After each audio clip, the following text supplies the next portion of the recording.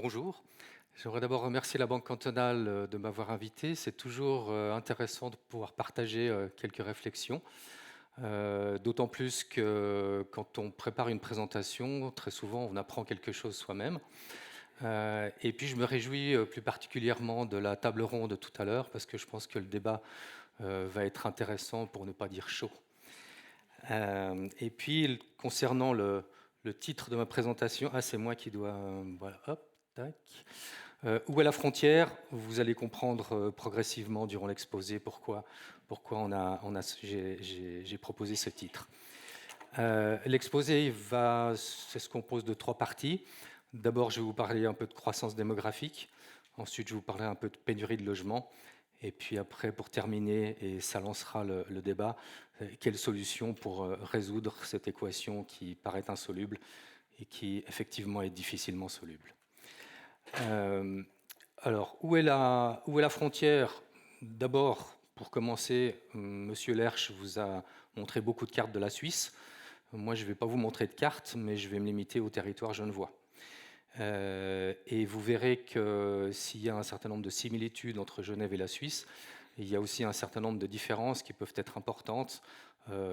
Sonderfall-Genf oblige. Mais pour commencer avec la croissance démographique, vous avez ici, je vais vous montrer un peu l'évolution de la croissance démographique ces 20 dernières années à Genève. Globalement, plus 90 000 personnes dans le canton au cours de ces 20 années, ce qui fait une croissance moyenne d'à peu près 1% par année. Là, on est proche de la Suisse. Et puis, ce qui méritait d'être particulièrement d'être relevé, vous l'avez aperçu dans une des slides de M. Lerche, c'est qu'en fait, cette croissance démographique, elle est composée à peu près aux 2/3 par des mouvements migratoires et seulement à peu près un tiers par ce qu'on appelle le mouvement naturel de la population, c'est-à-dire les naissances moins les décès. Pour comprendre un peu mieux tout ça, on va regarder ce qui se passe un peu année par année.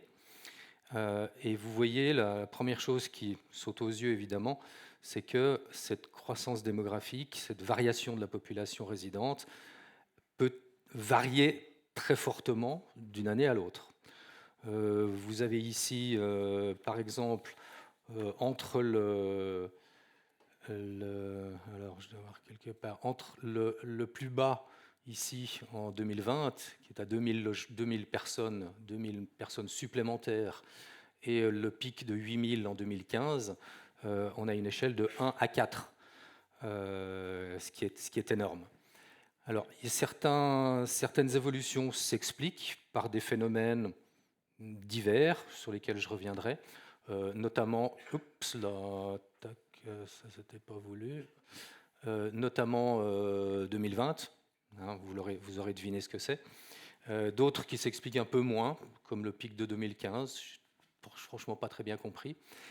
Mais surtout, la cause essentielle de cette variabilité de la croissance de la population, ça vient d'un effet mathématique, si vous voulez. Je reviens tout de suite là-dessus. Juste encore un petit commentaire sur cette slide. Vous voyez que quand on est entre 2000 et 8000 personnes par année, 2000 personnes, j'arrondis, hein, pour accueillir 2000 personnes, il faut 1000 logements, pas loin. Pour accueillir 8000 personnes, il faut pas loin de 4000 logements. Donc évidemment, pour le secteur de la construction, c'est évidemment impossible de s'ajuster régulièrement, année par année, à l'évolution de la population, puisque comme vous le savez aussi bien que moi, si vous arrivez à réaliser un projet à Genève en 10 ans, c'est que vous avez beaucoup de chance. Donc, pour comprendre un peu mieux tout ça, on va faire la distinction entre mouvement naturel et mouvement migratoire. En commençant par le mouvement naturel de la population, vous voyez que c'est à peu près, à quelques petites exceptions entre guillemets près, je pense que vous aurez les présentations sur le site internet, ou bien je me trompe. Oui, donc vous aurez tout ça à disposition. Alors, à part quelques petites exceptions, mais vous voyez qu'on disait entre 2000 et 8000, pour ce qui est de la croissance de la population. Ici, à l'exception de 2020, vous l'aurez deviné, c'était le Covid, évidemment. Le Covid, en gros, c'est 1000 morts à Genève. Je reviendrai là-dessus à la fin de mon exposé. Autrement, c'est un long fleuve tranquille. On est entre 1350 et 1850, donc une échelle de variation qui est très très nettement plus faible que les variations de l'ensemble de la population. Donc, ce qui explique cette variabilité de la croissance de la population, eh bien, vous l'aurez deviné aussi, ce sont les flux migratoires. Et alors là, on était entre 2000 et 4000 pour ce qui est de la population. On est entre 450 et 4500 de soldes migratoires par année au cours des 20 dernières années. Ce qui veut dire que c'est une échelle de 1 à 15. Alors c'est assez impressionnant. Il y a, comme je le disais tout à l'heure, quelques raisons conjoncturelles ou structurelles qui peuvent expliquer ça. Et puis il y a surtout ce que j'appelle l'effet mathématique. L'effet mathématique, parce qu'en fait, on a en moyenne, au cours des, vous l'avez vu dans le premier tableau, en moyenne, au cours des 20 dernières années, on a une croissance de la population de 4500 personnes par année. Ici, et dont environ 3000, en moyenne toujours, de soldes migratoires. Mais ces 3000, en fait, c'est le résultat d'une différence, la différence entre les entrées et les sorties. Et ici, vous avez les entrées et les sorties. Donc les entrées, ce sont les émigrés, et les sorties, ce sont les immigrés. Et vous voyez sur ce graphique que là aussi, un peu comme le mouvement migratoire, le mouvement naturel de la population, si on regarde que les entrées, c'est relativement stable, ça se balade entre 21, 22 et 27 000 personnes chaque année. Et puis les sorties, c'est aussi relativement stable, autour de 20 000 sorties par année. Et donc, ce qui explique la variabilité, c'est qu'on fait la différence entre les deux. Donc, il y a certaines années, par exemple 2014, où vous voyez qu'il y a une différence d'à peu près 10%. C'est-à-dire qu'il suffit qu'il y ait une différence, alors ça, c'est pas 2014, je prends l'exemple inverse, il suffit qu'il y ait une augmentation de 10% des entrées et une diminution de 10% des sorties, et le solde migratoire est multiplié par 4. Ça, c'est ce que j'appelle l'effet mathématique. Alors, on va quand même essayer, au-delà de cet effet mathématique, de regarder un peu, d'essayer d'expliquer 2-3 éléments, sans trop rentrer dans les détails. Il y a alors expliquer peut-être les plus bas et les plus hauts, 2007, 2014-2015, et puis les deux dernières années, qui sont les plus intéressantes quand on veut se projeter un peu sur l'avenir.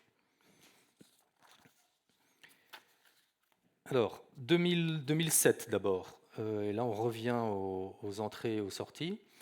2007, et il y a eu, vous le voyez ici, vous le voyez ici, en fait, c'est ça, en 2007 que je m'y retrouve, c'est ça. Il n'y a pas tellement eu beaucoup d'entrées, mais il y a surtout eu plus de sorties. Encore une fois, une différence pas énorme, mais l'effet mathématique fait que on se retrouve avec un solde migratoire ici qui est très très très faible. 2007, c'est quoi 2007 ? J'ai dû chercher, ça c'est une chose que j'ai appris en préparant la présentation. 2007, c'est la fin de la possibilité de retirer son capital du deuxième pilier quand on part vers un pays de l'Union européenne. Comme quoi, il y a des choses, des fois, surprenantes. 2014-2015, alors là, je dois avouer que... Alors, il y a la Syrie, effectivement, bravo. Ça, c'est un élément. Mais, et... Voilà, c'est bon. J'en apprends même aujourd'hui. Je vous remercie. Parce que vous voyez ici, si on regarde 2014-2015, il y a eu surtout en 2014 une très forte baisse des sorties. Mais cette très forte baisse des sorties, je ne pense pas qu'elle s'explique par la crise, elle ne s'explique pas par la Syrie non plus. Donc il reste encore une part d'inconnu là-dedans. Et puis 2015, on est retourné, on revient un peu à un nombre de sorties moyen, disons. Et puis, alors peut-être 2015, là ça c'est peut-être la Syrie, ou en tout cas en partie. On a un peu de peine, j'y reviendrai après, c'est qu'il y a une proportion, à peu près un quart des entrées et des sorties, à peu près un quart des entrées sont des gens, on ne sait pas d'où ils viennent, puis à peu près un quart des sorties sont des gens, on ne sait pas où ils vont. Donc c'est évident, ça complique un petit peu l'analyse. Ensuite, pour terminer 2022-2023, alors 2020, alors il y a évidemment l'Ukraine. Si on regarde entre 2021 et 2022, très forte augmentation des entrées, et en particulier 3500 personnes de plus qui arrivent d'autres pays européens, et en particulier les Ukrainiens évidemment. Et puis alors pourquoi, ça c'est encore aussi une petite inconnue, pourquoi aussi une augmentation des départs en 2022, même si encore une fois c'est pas des chiffres énormes. Et puis de nouveau un retour en 2023 à peu près la moyenne à 20 000. Donc cette exception de 2022, j'arrive pas à me l'expliquer. En 2022, il y a un peu plus de 5 000 personnes qui ont quitté Genève et on ne sait pas où ils sont partis. Et en 2023, il y en a à peu près 1000 de moins. Voilà. Je reste un peu sur une inconnue par rapport à ça. Ça, c'était pour ce qui est de la croissance démographique. Et puis maintenant, on va parler un petit peu de pénurie de logement.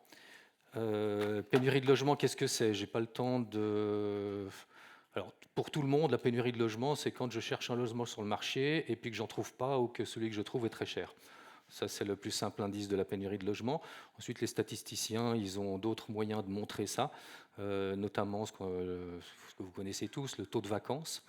Ce taux de vacances, les spécialistes admettent habituellement qu'il faut un taux de vacances d'environ 1,5% pour que le marché fonctionne correctement. On peut discuter du 1,5% à perte de vue, évidemment. Depuis 2001, c'est-à-dire depuis plus de 20 ans, à Genève, on est entre 0,15 et 0,54. Donc c'est évidemment le signe d'un marché très tendu. Il n'y a pas besoin de s'étendre là-dessus. Un autre indicateur de la pénurie de logement, c'est, si on regarde dans le temps, de comparer la croissance du nombre de personnes, du nombre de résidents, et la croissance du nombre de logements. Et ça, c'est une des différences de frontières, c'est-à-dire que quand on regarde au niveau suisse, ces dernières années, la construction de logements a tranquillement diminué. Certains spécialistes disent qu'il va manquer 50 000 logements en Suisse à l'horizon dans 10 ans, alors qu'à Genève, une bonne partie d'entre vous le savent, il y a eu une explosion de la construction de logements au cours des dernières années, puisqu'on est passé de à peu près 1500 il y a 10-15 ans en arrière à 3500 ces 2 dernières années. Ce qui n'a pas empêché que la pénurie, le taux de logements vacants continue à diminuer, je vais y revenir tout de suite. Donc si on regarde en moyenne depuis 2001, donc sur 23 ans, on a, si je fais le rapport entre le nombre de personnes supplémentaires et le nombre de logements supplémentaires, on est à 2,5. Sachant qu'en moyenne, on est à 2,3. Alors évidemment, ensuite, ce n'est pas aussi simple que ça, parce que ça dépend de la taille des logements, etc. Mais en gros, 2,5 personnes par logement, alors que sur l'ensemble du parc, on est à 2,3 personnes par logement. Donc comme ça, à première vue, on se dirait, bon, ça devrait jouer. Selon quelle période on regarde, j'ai eu l'occasion de faire une petite étude en 2015-2016 sur la démographie et le logement. Donc ça m'a permis de mettre à jour aussi mes données 10 ans plus tard. Et à l'époque, j'avais constaté que si on regardait sur les 15 dernières années de l'époque, on avait pas loin de 4 personnes supplémentaires par logement supplémentaire. Évidemment, ça veut dire que les gens doivent se serrer. Et heureusement qu'il y a beaucoup de mouvements, comme l'a montré M. Lerch, pour que ces ajustements puissent se faire, même s'il y en a certains qui restent sur le carreau.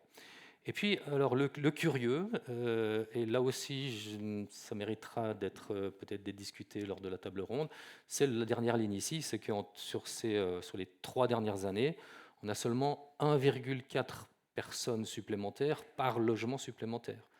Donc, a priori, ça devrait détendre le marché, et c'est pas ce qu'on observe, puisque ce qu'on observe, ici vous avez le taux de vacances, et ce qu'on observe ici sur ces 3 dernières années, enfin, même un peu plus depuis le 2019 en gros, plutôt une tendance à la baisse du taux de vacances, alors que au cours des 15 années précédentes, on a eu une lente tendance à l'augmentation. Alors, 2 mots sur l'historique, hein, puisque ici on remonte en 1984, avec ce gros pic ici que les gens âgés comme moi peuvent expliquer, et puis cette forte chute, la tranquille remontée et puis la descente. Je vais dire quelques mots sur cette forte chute et puis ensuite sur la situation de ces dernières années.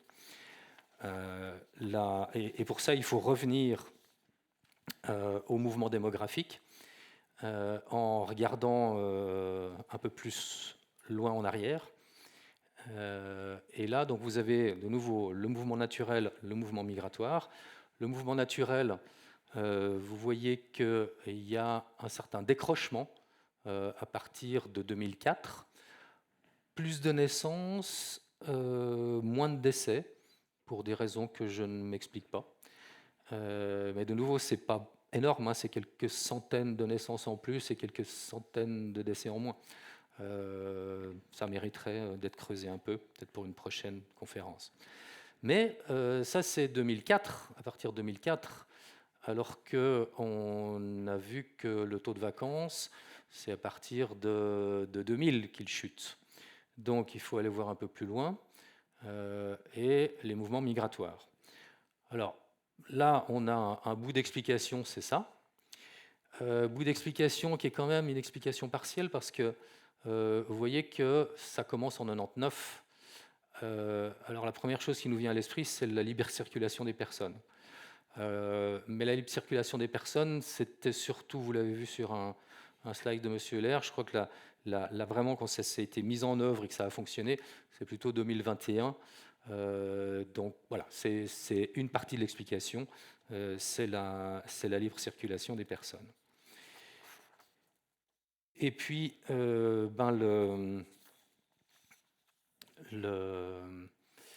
ces 2 dernières années, alors, on a parlé de l'Ukraine évidemment. Il n'y a peut-être pas que ça, et on peut se poser une question, c'est peut-être aussi une question pour le débat. Est-ce qu'à partir, enfin, certains disent, et je pense que c'est en partie juste, plus on construit de logements, plus il y a de gens qui vont venir. Bon, ça, c'est logique. Enfin, c'est logique surtout parce qu'on a un certain retard à Genève, j'y reviendrai, avec tous les gens qui sont logés hors de notre frontière cantonale, que ce soit ailleurs en Suisse, principalement dans le canton de Vaud évidemment, ou bien en France voisine. Voilà, ça c'était pour la pénurie. Et puis encore deux petits tableaux pour terminer là-dessus, puis après on essaiera de résoudre l'équation. Donc l'augmentation du nombre de logements, comme je vous le disais, on était autour de 1500 logements si on prend, on regarde entre 2000 et 2015, avec des trous que je ne m'explique pas, mais peu importe, c'est un peu conjoncturel, je pense.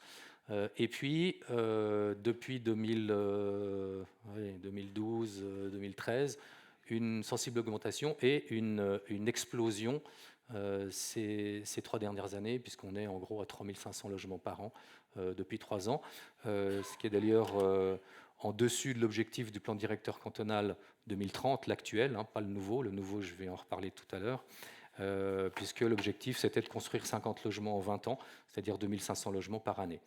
Donc, évidemment, ça a pris du temps pour démarrer. On est arrivé aux 2500 logements en 2018, et puis maintenant, on est à 3500. Pour arriver entre 2010 et 2030 à construire en moyenne 2500 logements par année, il faudrait qu'on continue à ce rythme. Malheureusement, ça ne va pas être le cas, puisque une bonne partie des grands projets ont été réalisés. En 2023, le nombre de logements autorisés à la construction n'a été que de 1800. Donc je pense qu'en 2024, on va encore avoir un très grand nombre de logements construits, mais à partir de 2025, ça va probablement diminuer. Et puis là, vous avez encore une dernière chose, c'est l'augmentation de la population par rapport à l'augmentation du nombre de logements. Donc vous voyez que, je vous disais, pendant toute cette période-là, on était, alors de nouveau avec des fortes fluctuations, mais autour de 4 personnes par logement, alors que depuis bientôt 10 ans, on est en dessous de 2 personnes par logement. Alors une des explications, j'y reviendrai aussi, c'est qu'on utilise de plus en plus d'espace, enfin chaque personne utilise de plus en plus de mètres carrés. Équation insoluble, en tout cas difficilement soluble. Ce que je vais faire ici, c'est de vous faire une liste de tout ce qu'on pourrait faire pour essayer de résoudre l'équation. Et une bonne partie de ce que je vais dire sera politiquement incorrect, voire très incorrect, sachez-le. Mais encore une fois, c'est une liste des possibilités, donc c'est une liste théorique. Et puis je pense que ça alimentera la table ronde tout à l'heure. J'aimerais prier mes 2 post-opinants de bien vouloir m'excuser parce que ils vont évidemment aussi parler de pénurie de logement et de solutions. Donc nos discours vont un peu se recouper, mais pas totalement. Vous verrez qu'il y a des différences entre les opinions des uns et des autres. Avant de faire la liste, encore juste une petite remarque, c'est les résidences secondaires. Parce que en préparant la présentation, je me suis dit, mais notamment par rapport à cette histoire des 2-3 dernières années, je me suis dit, mais pourquoi est-ce qu'on construit tout d'un coup beaucoup plus de logements par rapport au nombre de nouveaux arrivants, enfin au solde, enfin à la croissance de la population, et on a quand même un taux de vacances qui diminue. Alors j'ai regardé, je me suis dit, parce que les résidences, là aussi, c'est un peu l'exposé ici, il est assez grossier dans le bon sens du terme. C'est que il faut aller plus loin dans l'analyse. Je vous ai parlé des surfaces occupées par personne, qui fait qu'il y a de moins en moins de personnes par logement, par exemple. Et il y a aussi un autre phénomène. Je me suis dit, mais est-ce qu'il n'y a pas une histoire de résidence secondaire? Parce qu'évidemment, si vous construisez 3500 logements, mais que c'est 3500 résidences secondaires, ce n'est pas ça qui va permettre de loger la population. Donc ici, vous avez juste un petit chiffre. Entre 2019 et 2024, alors d'abord, 38 000 résidences secondaires à Genève quand même, hein, ça fait un paquet de logements. 15% du parc, c'est beaucoup.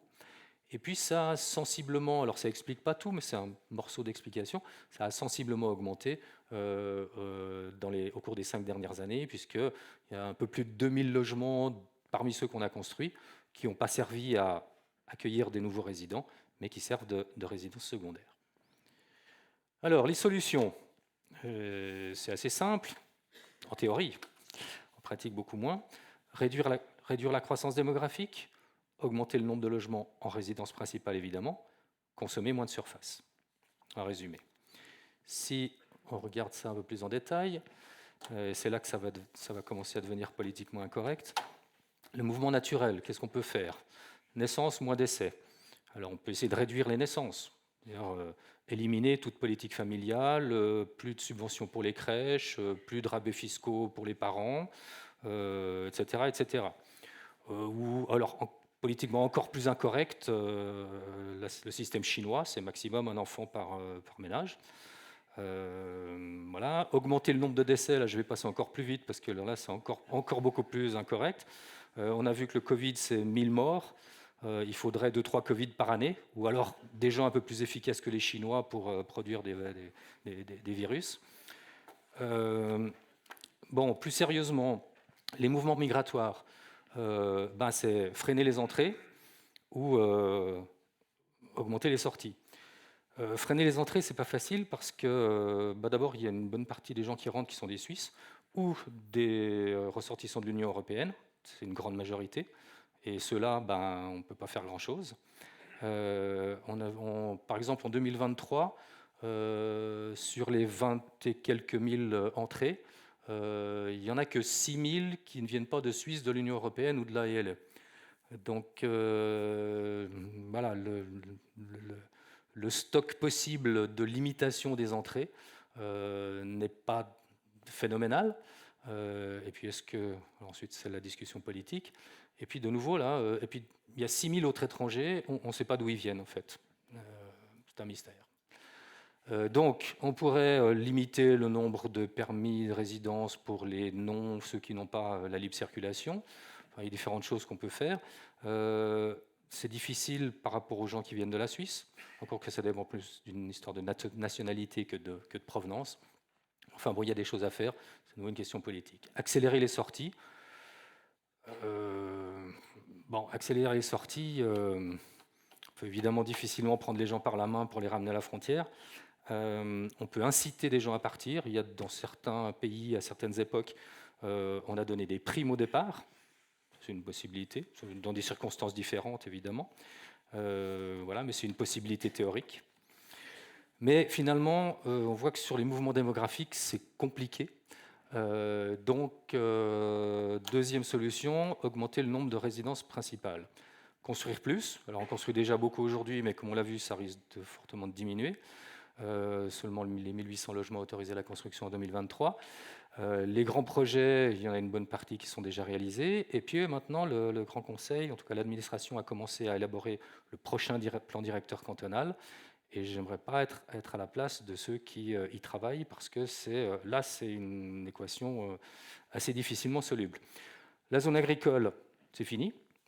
Hein, certains d'entre vous savent que même le plan directeur actuel a été en partie retoqué sur le grand projet Bernay parce que, pourquoi ?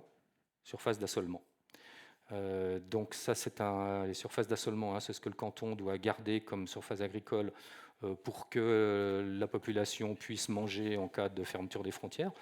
C'est un résidu de la Deuxième Guerre mondiale, du plan Wallen, etc. Donc cette chose se dire, s'il y a un problème, on doit pouvoir être autonome en termes de nourriture. Ça aussi, c'est un beau débat politique. Et puis, ça repose la question de la frontière. Est-ce que la frontière, c'est vraiment... est-ce que la frontière genevoise, que c'est vraiment la bonne frontière pour mener la réflexion ? Ça fait quelques années qu'on a des réflexions sur l'agglomération dont parlait M. Lerch tout à l'heure, l'agglomération, mais qui va au-delà des frontières suisses, l'agglomération franco-valdo-genevoise. Mais bon, il y a des frontières quand même politiques qui font que c'est assez compliqué. Par définition, on ne peut pas mettre des surfaces d'assolement en France, ce qui est un peu dommage, parce qu'aujourd'hui, on a une situation à Genève avec cette frontière et ce canton très exigu qui est un peu absurde, où on veut absolument produire les salades à Genève, mais qu'on a 100 000 personnes qui viennent, dont une bonne partie en voiture, tous les jours, les pendulaires. C'est une situation un peu absurde, mais bon, c'est comme ça. L'autre grand potentiel, enfin, le grand potentiel, puisque la zone agricole c'est fini, le grand potentiel c'est la zone 5, mais c'est compliqué. Ce sera aussi quelque chose dont on pourra discuter pendant la table ronde, puisque j'arrive au bout du temps qui m'est imparti. C'est pas simple parce qu'elle est déjà occupée en grande partie, donc ça veut dire qu'il y a des gens qui y vivent, et donc il faut qu'ils partent. Et là, ça pose d'autres problèmes aussi politiques et sociaux. Quel type de densification ? Quand je vois ce qui se construit, quand je me promène en zone 5 à Genève et que je vois ce qui se construit, je dois dire que je me permets d'avoir quelques doutes sur la qualité de la densification. Et puis à quel rythme ? Parce qu'encore une fois, il faut que des gens partent. Les autres zones, il ne reste plus grand-chose, à mon avis, dans les zones déjà constructibles existantes, en dehors de la zone 5. Raison pour laquelle ça m'intéresserait de voir qu'est-ce qui va sortir du projet de prochain plan directeur cantonal. Puis ensuite, il y a quelques choses qui, à mon avis, mais ça on pourra aussi en discuter tout à l'heure, à mon avis sont à peu près anecdotiques. Aménager des combles, surélever des bâtiments, 240 logements en 2023, c'est pas avec ça. Alors c'est une petite goutte, mais c'est une goutte, mais c'est une petite goutte. C'est pas ça qui va résoudre le problème. Transformer des bureaux en logements, vous avez vu dans les médias ces derniers temps qu'il y avait 2-3 exemples à Genève, de mon point de vue, sont des exemples qui sont aussi assez anecdotiques et très particuliers, qu'on peut difficilement reproduire pour différentes raisons qu'on peut aussi discuter tout à l'heure. Et puis, pour terminer, les résidences secondaires, on pourrait aussi limiter le nombre de résidences secondaires. Et puis consommer moins de surface, très rapidement pour terminer. Consommer moins de surface, d'abord, il y a une tendance à la consommation de moins de surface, juste simplement ce que j'appelle le raisonnement par les prix. Un rationnement par les prix, excusez-moi. Pression de la demande, pénurie, prix du marché élevé. Plus les prix sont élevés, plus on doit se contenter de surfaces moindres. Ça se fait tout seul. Et puis il y a d'autres idées qui reviennent régulièrement à la surface, comme des échanges de logements, pour différentes raisons dont on pourra aussi parler tout à l'heure. C'est très compliqué. Ça se fait, mais ça reste aussi un peu anecdotique. Et puis pour terminer avec une idée très politiquement incorrecte, non, c'est pas politiquement incorrect, mais c'est rationner les quantités. Enfin oui, c'est incorrect, parce que si je vous dis, monsieur, vous avez 80 mètres carrés, mais demain vous devez déménager dans un logement de 50 mètres carrés parce que vous avez droit à 50 mètres carrés. C'est ce qu'on appelle des mesures d'économie de guerre. J'espère qu'on trouvera d'autres solutions que ces mesures d'économie de guerre. Et je me réjouis d'en parler tout à l'heure avec vous. Merci.